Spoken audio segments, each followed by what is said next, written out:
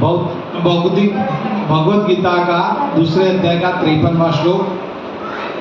श्रुति विपरीतपन्ना ते यदा शासति विश्चला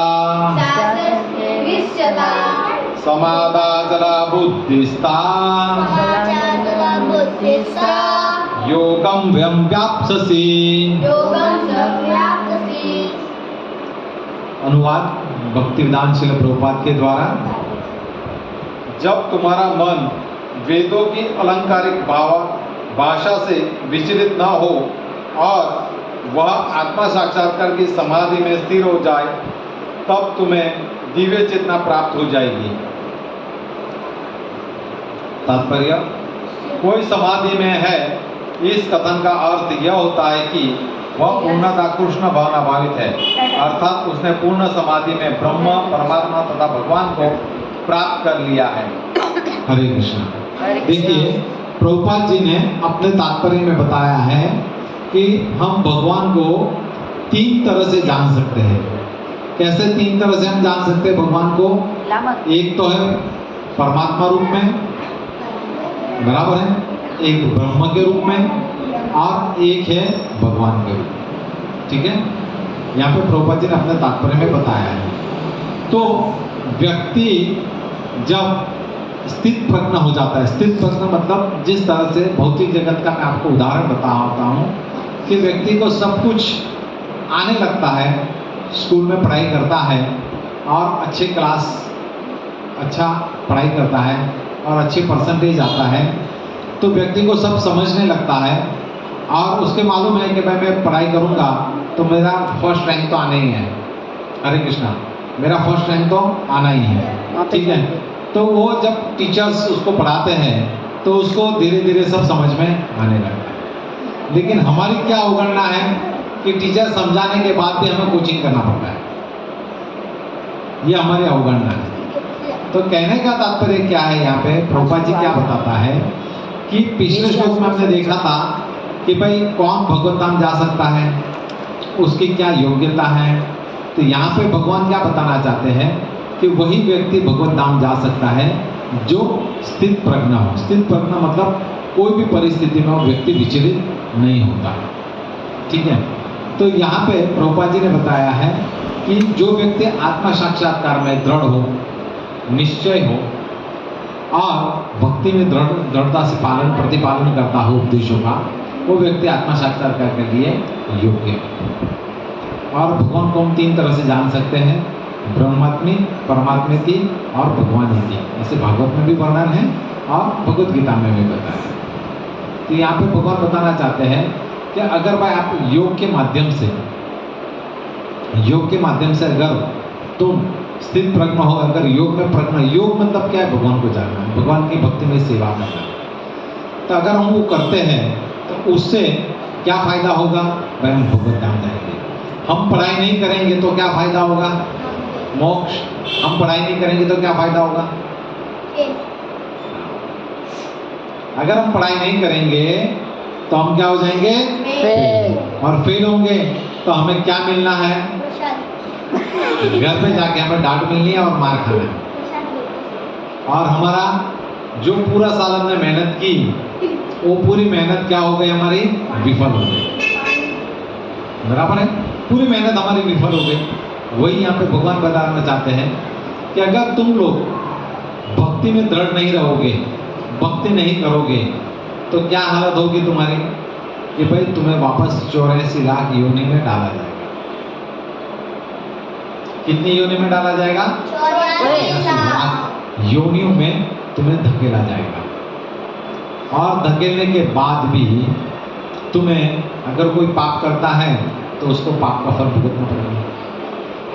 लेकिन ये मनुष्य योनि ऐसी है जिसमें व्यक्ति को एक चांस मिलता है कि वो अपना जो भी है करा धरा वो माफ करके, बराबर है, उसको पहुँच के वो भगवत धाम जा सकता है।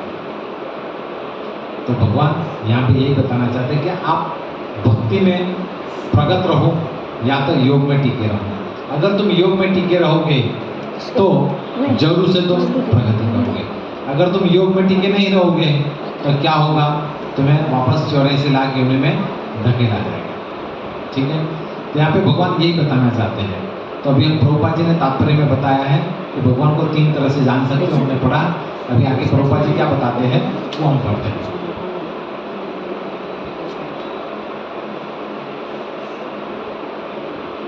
आत्म साक्षात की सर्वोच्च सिद्धि यह जान लेना है कि मनुष्य कृष्ण तथा शाश्वत दास है और उसका एक मार्ग करते हुए कृष्ण भावनामृत में अपने सारे कर्म करना है।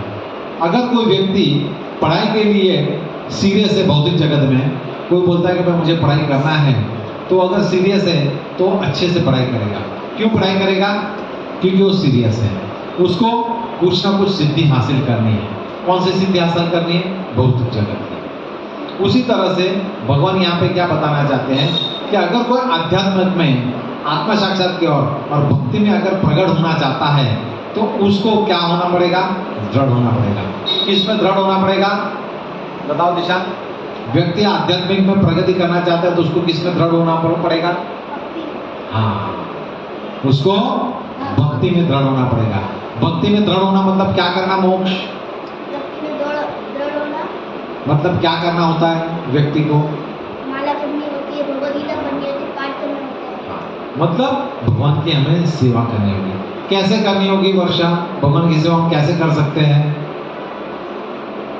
मन से करेंगे, शरीर से करेंगे, ऐसे ही कर लेंगे? हाँ। कौन सा मन से करेंगे? दूषित मन से करेंगे, शुद्ध मन से करेंगे या मिक्सिंग मन से करेंगे? चल भाई थोड़ा काम भी कर ले रहे और भगवान की पूजा भी कर ले रहे, कैसे करेंगे आप? शुद्ध मन से। हम अगर भक्ति में दृढ़ होना चाहते हैं तो हमें क्या करना होगा? शुद्ध मन से भगवान की सेवा करनी होगी। अगर हम शुद्ध मन से भगवान की सेवा करेंगे तो जरूर हमारा जो पथ हमने चुना है उस पर हम जरूर से क्या होंगे? सफल होंगे। ठीक है, तो सफल होंगे यहाँ पे बता रहे प्रभुपाद जी। भगवान भी बता रहे हैं कि योगस्थ अव्ययम, मतलब कि आप योग में टिके रहो। योग मतलब भौतिक जगत का योग नहीं, यहाँ पे योग मतलब भगवत सेवा कही गई है। क्या बताया है? योग मतलब भगवत सेवा, मतलब भगवान की सेवा। सेवा मतलब क्या होता है भाई? हमें सुबह उठ के माला करनी है, फिर हमें मंदिर मार्जन करना है, फिर हमें मंगला आरती करनी है, भगवान को भोग दिखाना है, गुरु आरती करनी है, अध्ययन करना है भागवतम का, भगवद गीता का अध्ययन करना है, और फिर हमें भगवान को भोग दिखा के प्रसाद ग्रहण करना है। जो व्यक्ति ये कंटिन्यूस करता रहेगा, जो व्यक्ति ये कंटिन्यूस करता रहेगा तो वो क्या हो जाएगा? भक्ति में धीरे धीरे क्या हो जाएगा? वो दृढ़ हो जाएगा। अगर वो भक्ति में दृढ़ हो जाता है तो क्या हो जाता है? स्थित प्रज्ञा। जिस तरह से हम अगर कोई व्यक्ति भौतिक जगत में एजुकेशन लेता है, स्कूल में पढ़ाई करता है, ठीक है, अगर स्कूल में पढ़ाई करता है और धीरे धीरे उसको टीचर बोलते हैं कि भाई आप मॉनिटर बनने योग्य हो, तो मॉनिटर किसको बनाते हैं? टीचर। किसको मॉनिटर बनाते हैं? टीचर। जो क्लास में मतलब अच्छे से बैठता हो, डिसिप्लिन में रहता हो। हाँ। कोई पढ़ाई नहीं करता, वो होमवर्क नहीं करता, उसको मॉनिटर बनाएंगे ना। हाँ। वो जो व्यक्ति पढ़ाई नहीं करता उसको मॉनिटर बना दिया जाएगा? नहीं। क्यों नहीं बनाया दिया जाएगा? जो खुद मस्ती करता है वो क्लास को क्या संभालेगा? तो कहने का तात्पर्य क्या है कि जो व्यक्ति अपने कार्यों में प्रज्ञ है, प्रज्ञ मतलब क्या है? भगवान के उपदेशों का पालन करता है, भगवान की बात सुनता है और गुरु की जो आज्ञा है उसको मानता है, वो क्या है? स्थित प्रज्ञ व्यक्ति है। ठीक है, तो यहाँ पे भगवान बताना चाहते हैं कि भाई हमें जो है क्या होना है? स्थित प्रज्ञ व्यक्ति होना है। अगर हम स्थित प्रज्ञ व्यक्ति होंगे जरूर से हम क्या होंगे? सफल होंगे। यहाँ पे भगवान यही बताना चाहते हैं कि भाई तुम योगस्थ अव्यायम, मतलब योग में आप स्थित हो जाओ। योग से स्थित होने से क्या होगा कि हम भौतिक जगत का जो मन है उससे हम क्या नहीं होंगे? हम उससे विचलित नहीं होंगे। ठीक है, अभी आगे हम पढ़ते हैं प्रभुपाद जी क्या बताना चाहते हैं। क्या हुआ? कृष्ण भावनावाहित व्यक्ति या भगवान के एक निष्ठ भक्त को ना तो वेदों के अलंकारिक वाणी से विचलित होना चाहिए, न ही स्वर्ग जाने के उद्देश्य से सकाम कर्मों में प्रवृत्त होना चाहिए।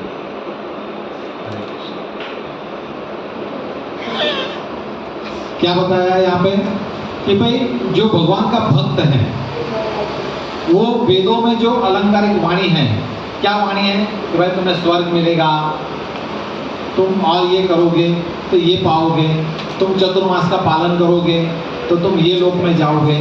ये जो अलंकारिक शब्द बताए हैं, कहाँ पे बताए हैं ये सब अलंकारिक शब्द? मोक्ष अलंकारिक सब वेदों में। अलंकारिक शब्द का कहाँ वर्णन आया है? वेदों में आया है। तो ऐसे जो वर्णन आते हैं वो वेदों में लिखा है कि अगर हम चतुर्मास का दृढ़ता से पालन करते हैं तो व्यक्ति कहाँ जाएगा? स्वर्ग में जाएगा, ठीक है, और अमृत रस का पान करेगा। तो कहने का तात्पर्य अमृत रस का पान करने के बाद व्यक्ति क्या होता है? अमर हो जाता है। अगर कोई पेड़ की निशान, पेड़ की अगर आयु 5000 साल है तो उससे उसको क्या लाभ होगा? हाँ, हाँ। अगर व्यक्ति को कोई भी योनि में, मनुष्य छोड़ के और कोई भी योनि में दिया जाए और लंबी आयु दी जाए तो उससे उसको क्या लाभ प्राप्त होगा? कोई भी लाभ प्राप्त नहीं होगा। क्यों? श्रम एवं ही केवल, उसको श्रम ही करना पड़ेगा। जिस तरह से पेड़ है, आज प्रभुपाद जी ने बताया कि अमेरिका में एक जो पेड़ है उसका आयु कितना है मालूम है? 7000 साल। 7000 साल आज भी है, आज भी है। वो ऐसे ही खड़ा है, बारिश में भी या बर्फ की वर्षा आती है तभी भी, धूप आती है तभी भी खड़ा का खड़ा ही। अगर ऐसा आयु हमें मिल जाए तो वो आयु क्या काम का? क्या काम का हुआ है? कुछ नहीं, श्रम एवं ही केवल। तो कहने का तात्पर्य क्या है? यहाँ पे भगवान क्या बताना चाहते हैं कि भाई तुम क्या हो? योग में अव्याप्तसी, मतलब योग में प्रज्ञ हो जाओ। अभी भगवान जो बताएंगे कि भाई हम जो व्यक्ति भगवत धाम जाना चाहते हैं उसकी क्या योग्यता है, भगवान यहाँ पे बताना चाहते हैं। तो पहली क्या योग्यता है कि भाई वो व्यक्ति को बुद्धि होनी चाहिए और योग में स्थित होना चाहिए। बराबर है? योग में स्थित होना मतलब क्या बताया? भगवत कार्य करना, भक्ति मार्ग में जाना, गुरु के निर्देशों का पालन करना, उसे क्या कहा जाता है? भक्ति योग। ठीक है, आगे प्रभुपाद जी का लिखते हैं वो बता दें।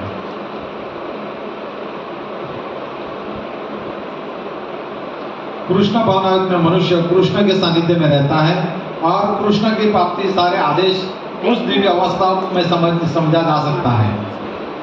जो भी व्यक्ति अपने गुरु के मार्गदर्शन में रहता है वो किसका पालन करता है? भौतिक जगत का आदेशों का पालन करता है या आध्यात्मिक आदेशों का पालन करता है? वो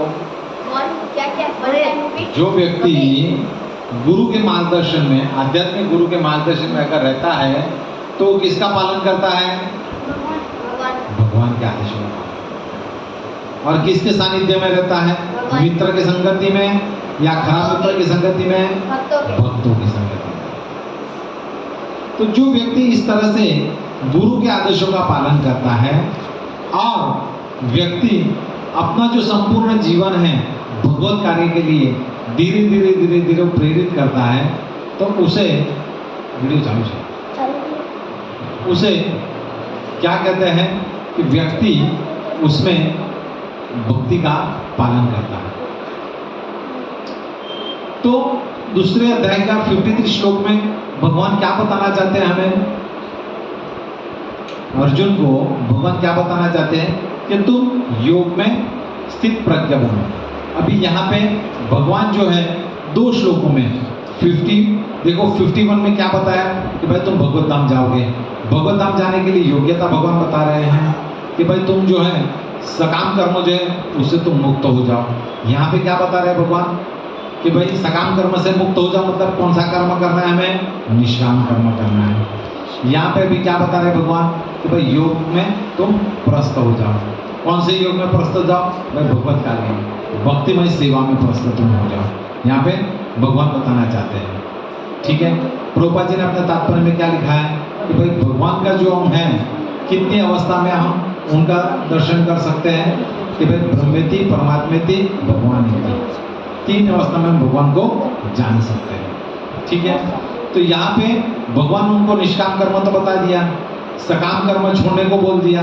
भाई सकाम कर्म है वो अगर भक्ति में करना है, तुम अपने आप को भगवान को समर्पित कर दो, और तुम जो भी करोगे किसके लिए करोगे? भगवान के लिए करोगे। और भगवान के लिए जो भी हम कार्य करेंगे वो दिव्य कार्य हो जाएगा और वो भक्ति में कार्य हो जाएगा, और उसे कहते हैं निष्काम कर्म। यहाँ पे क्या बता रहे हैं भगवान कि भाई निष्काम कर्म में होने के बाद आपको क्या करना है? कृष्ण भावनामृत में अटल रहना है।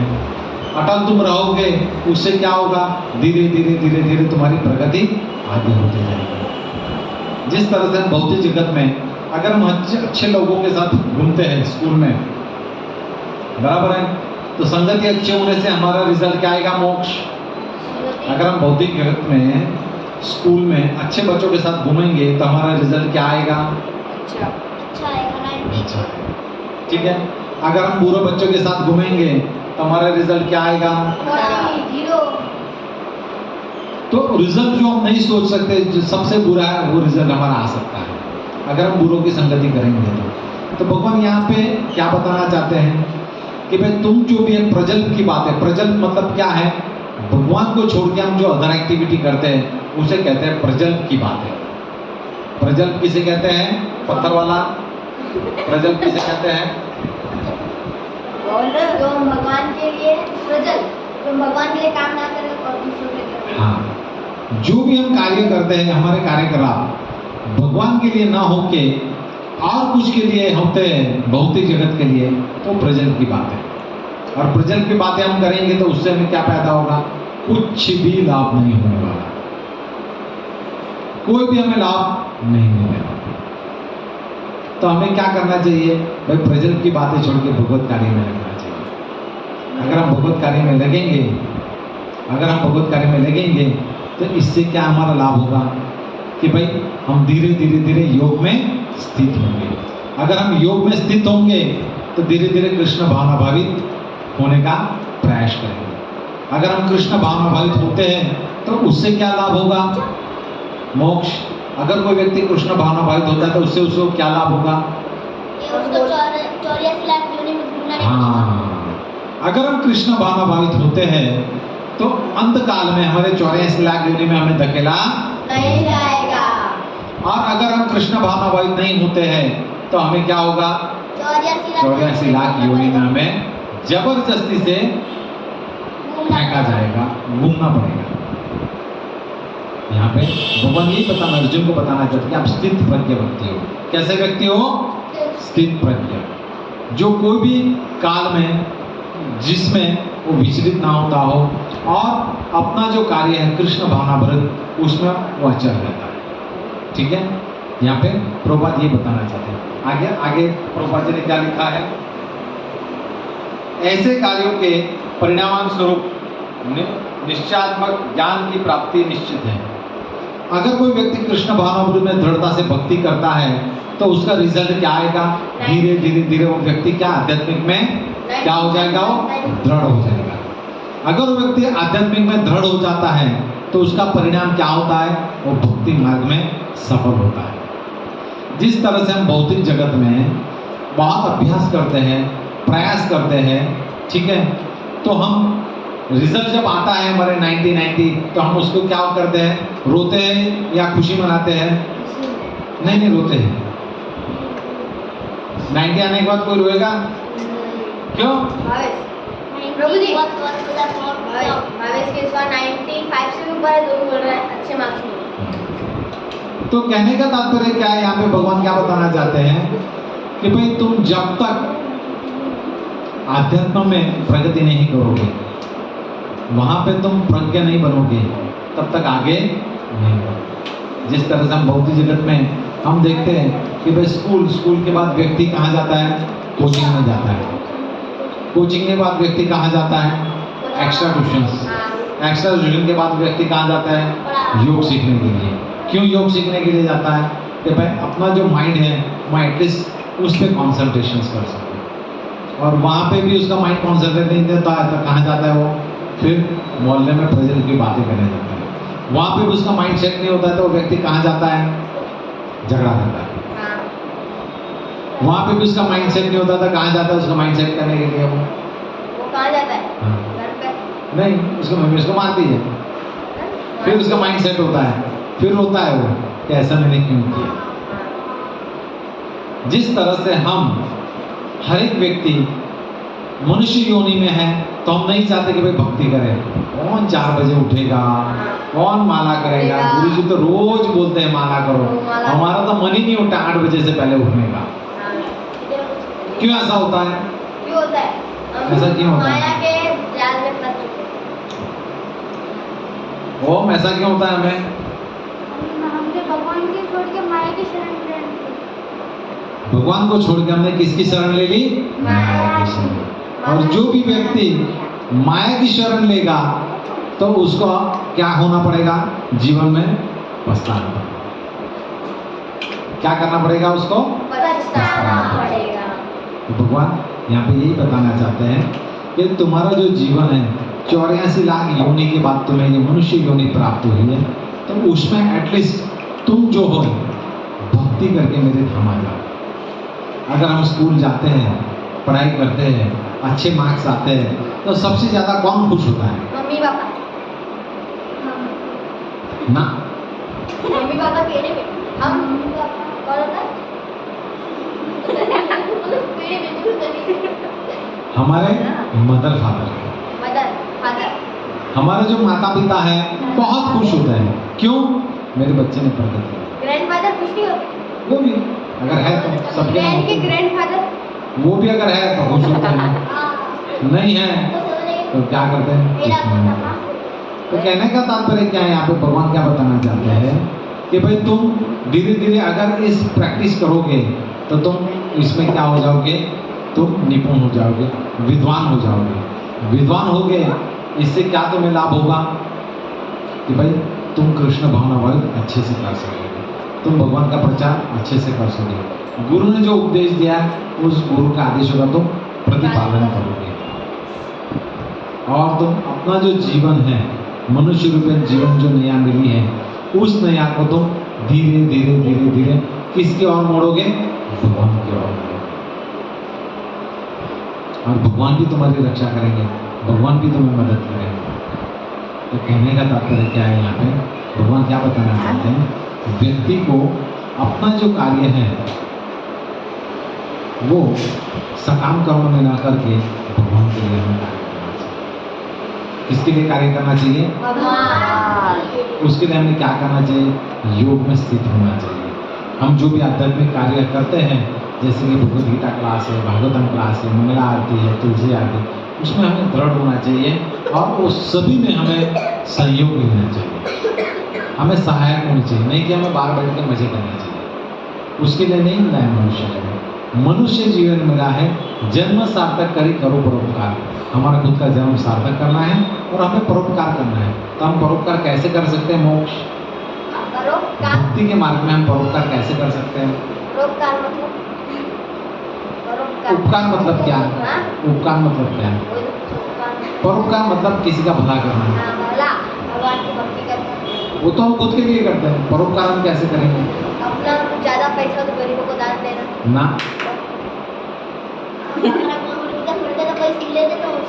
हाँ, तो हम किसके माध्यम से? हो प्रचार के माध्यम से।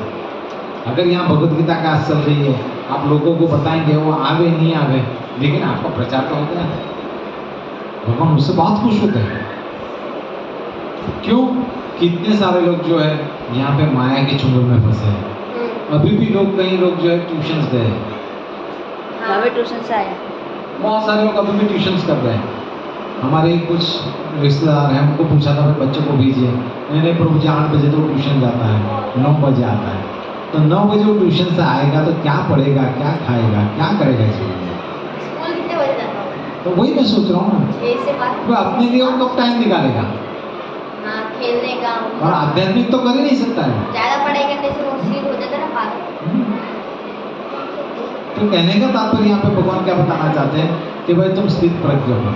अगर तुम भगवद गीता का ज्ञान लोगे तो दूसरा ज्ञान तुम्हें ऑटोमेटिक ऐसे ही मिलने वाला है। जिस तरह से अगर तुम्हारे प्रिंसिपल्स तुम्हारे क्लास में आते हैं तो टीचर भी शांत हो जाते हैं और बच्चे भी शांत हो जाते हैं। क्यों शांत हो जाते हैं? प्रिंसिपल से डरते हैं। कि भाई मुझे रिस्ट्रिकेट ना करे। प्रिंसिपल हमसे ऊंचे पद पे इसलिए। उसी तरह से यहाँ पे भगवान हमें बताना चाहते हैं कि तुम स्थित प्रज्ञ बनो, गुरु के निर्देशन में चलो। अगर तुम गुरु के निर्देशन में चलोगे, स्थित प्रज्ञ बनोगे, तो ऑटोमेटिक तुम भगवत धाम जाने के लायक बनोगे। जिस तरह से हमें 10th की एग्जाम देनी है, उसके लिए हमें स्टैंडर्ड सीनियर केजी से लेके जूनियर केजी से लेके सीनियर से फर्स्ट, सेकंड, थर्ड, फोर्थ, 8, 9 तक की हमें यात्रा करनी पड़ती है। 10th की तरफ। उसके बाद 10th आएगा ना? 10th बोर्ड है। उसके बाद 9th के बाद ही 10 आएगा, नहीं ऑटोमेटिक आ जाएगा। बहुत लोग ऐसे रहते हैं। हाँ, बहुत लोग अलग है, लेकिन प्राय लोग क्या सोचते हैं भाई जूनियर केजी सीनियर केजी सब करते हुए धीरे धीरे वो मैच्योर्ड होते हैं। मैच्योर्ड होने के बाद ही उसको मल्टीप्लिकेशन प्लस माइनस समझ में आता है। बहुत लोग तो डायरेक्ट फर्स्ट में आते हैं, वो आते हैं जूनियर के बीच में जाते हैं। तो यहाँ पे भगवान ये बताना चाहते हैं कि भाई तुम ये ऐसे भगवत कार्य करोगे मोक्ष, तो उससे क्या हो जाओगे, तुम भक्ति में दृढ़ हो जाओगे और तुम एक अच्छे साधक बनोगे। जब तक हम अच्छी माला नहीं करते, हम माला करते कैसे करते हैं, हरे कृष्ण कृष्ण कृष्ण हरे राम राम राम, फिर बातें करते हैं। रोज ऐसे नहीं। तो हमें कैसे माला करनी चाहिए? जब तक हम अच्छे से माला नहीं करेंगे और भगवत अध्ययन नहीं करेंगे, और भगवत गीता कितने बच्चे यहाँ पे हैं जो भगवत गीता का अध्ययन करते हुए भगवत गीता का डिस्कशन भी करते हैं। मतलब भगवत गीता के बारे में एक दूसरे को पूछते हैं, जानते हैं। तो कहने का तात्पर्य क्या है, यहाँ पे भगवान यही बताना चाहते हैं कि भाई तुम जो है वो क्या करो, योग में तुम योग में स्थापित करो और योग में दृढ़ करो। आगे प्रभुपाद जी क्या लिखते हैं वो बताते हैं आपको। ऐसे कार्यों को परिणाम स्वरूप निश्चयात्मक ज्ञान की प्राप्ति निश्चित है। उसे कृष्ण या उनके प्रतिनिधि गुरु की आज्ञा के या पालन का मात्र करना होगा।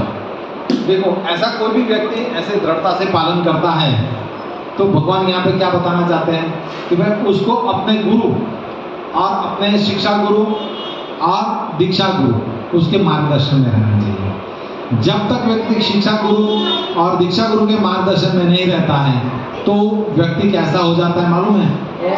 जिस तरह से वो गले में बुल घूमते हैं ना, वो बेकार ढोर नहीं घूमते हैं गलियों में, उस तरह से हो जाता है।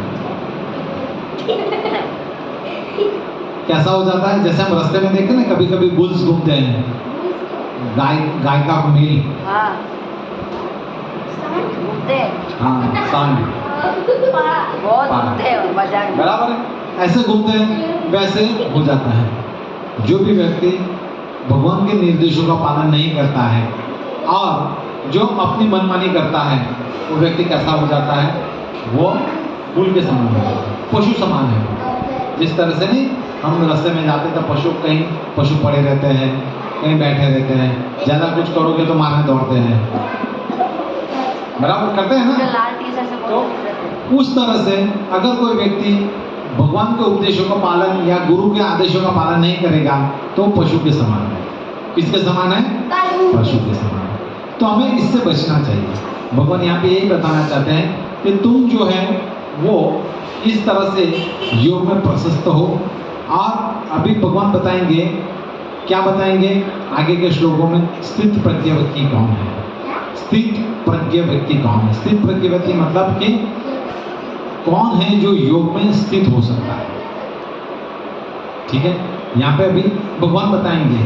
तो भगवान ने पहले क्या बता दिया भाई, योग में तुम क्या हो जाओ, पहले तो योग में दृढ़ निश्चय करो और गुरु के आदेशों का पालन करो। किसके आदेशों का पालन करो निशान? क्या करना है? प्रश्न क्या था मेरा? प्रश्न क्या था? इसका पता ही नहीं अभी मेरा प्रश्न ये था कि व्यक्ति को किस में प्रज्ञ होना चाहिए? स्थित प्रज्ञ होना चाहिए। स्थित प्रज्ञ मतलब भक्ति होती है। धीरे धीरे व्यक्ति क्या है, आगे बढ़ता है। आगे बढ़ने के बाद वो व्यक्ति जो है वो, अभी हमारे क्लास में कोई अगर मॉनिटर ओम जैसा रख देंगे सब उसको मार के चले जाएंगे। क्यों? क्यों? और दिशान को अगर मॉनिटर रखेगा बच्चे को मॉनिटर से, बच्चे से पहले मॉनिटर ही पहले मस्ती करेगा।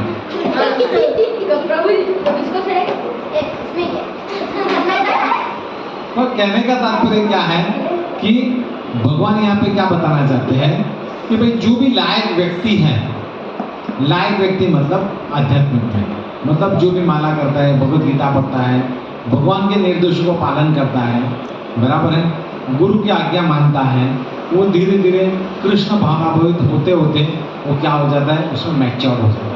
मैच्योर हो जाता है। अभी हमारे कितने भक्त हैं, जैसे हमारा ओम है, उसको तुलसी आरती आती है ना ओम, तुलसी स्तुति आती है, मोक्ष प्रभु जी गाता तो नहीं है कभी, गाता नहीं है, कल आएगा, कल गाएगा।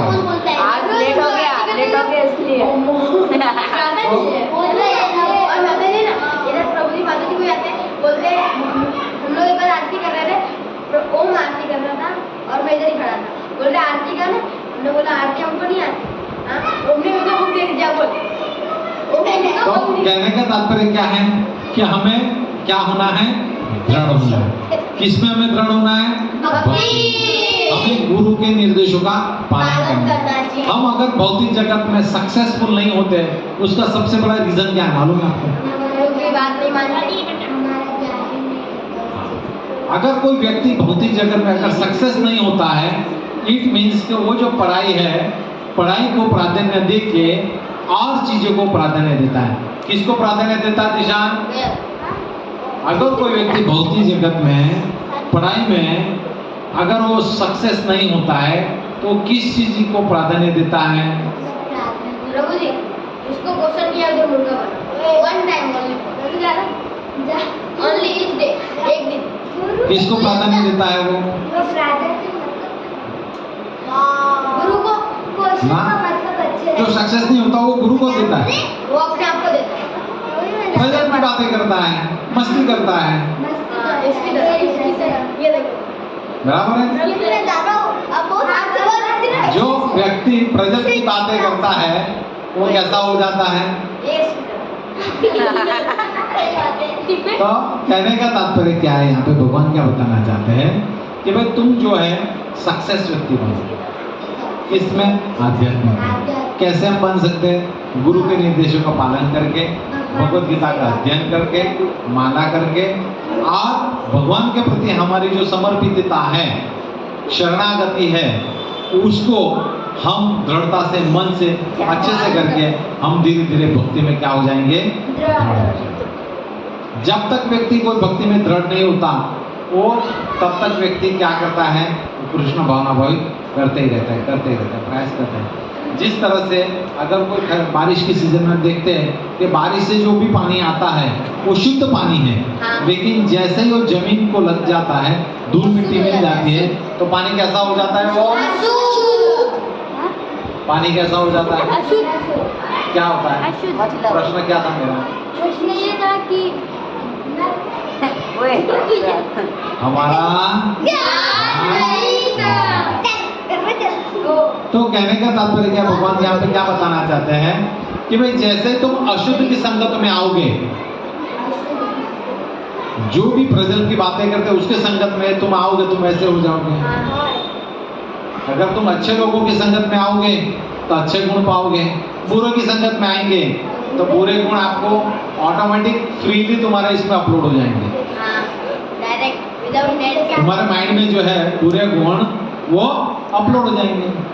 लेकिन अच्छों की संगत में भरो घूमोगे तो अच्छे के जो गुण हैं वो धीरे धीरे धीरे धीरे अपलोड होंगे, फास्ट नहीं होंगे। उनमें वाईफाई जरूर। यहाँ पे भगवान यही बताना चाहते हैं कि तुम ये माध्यम से तुम योग में तुम आओगे, आपसे सीख मतलब योग में स्थित हो जाओ। तुम योग में स्थित होगे तो धीरे धीरे धीरे धीरे तुम क्या करोगे? तुम आगे बढ़ोगे, भक्ति में दृढ़ हो जाओगे। भक्ति में दृढ़ हो जाएंगे तो तुम क्या भक्ति के पथ से च्युत नहीं होगे।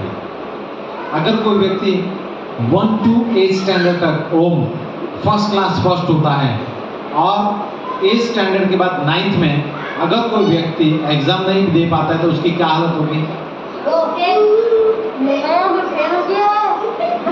फिर वो ऐसे आएगा अपने सिर को तो लेकर। कहने का तात्पर्य क्या है, भौतिक जगत में जब तक हम विद्या को पूर्ण नहीं करते हैं, ज्ञान की पूर्णाहुति नहीं करते हैं, तब तक हम आगे नहीं बढ़ेंगे। लेकिन आध्यात्मिक जगत में भगवान क्या बताना चाहते हैं कि अगर तुम आध्यात्मिक शुरुआत भी करोगे, एंड उसका मेल आगे। हमने दूसरे अध्याय के 40वें श्लोक में देखा, नेहा विक्रमणुषस्ति प्रत्यवायु विदेते स्वल्पश धर्मश त्रायतो मां भयात। कितने लोगों ने श्लोक कंठस्थ किया है? हमने ये श्लोक, प्रभु जी हम बहुत उदास से बोल रहे हैं, हमने ये श्लोक नहीं किया। इसके लिए हम आपसे 10 बार तुमने क्या बेटा कंठस्थ? बोल के दिखाओ मुझे। हाँ बोलो। हाँ बोलना करो, इस साइड हो, स्टार्ट करो। शर्म आती है।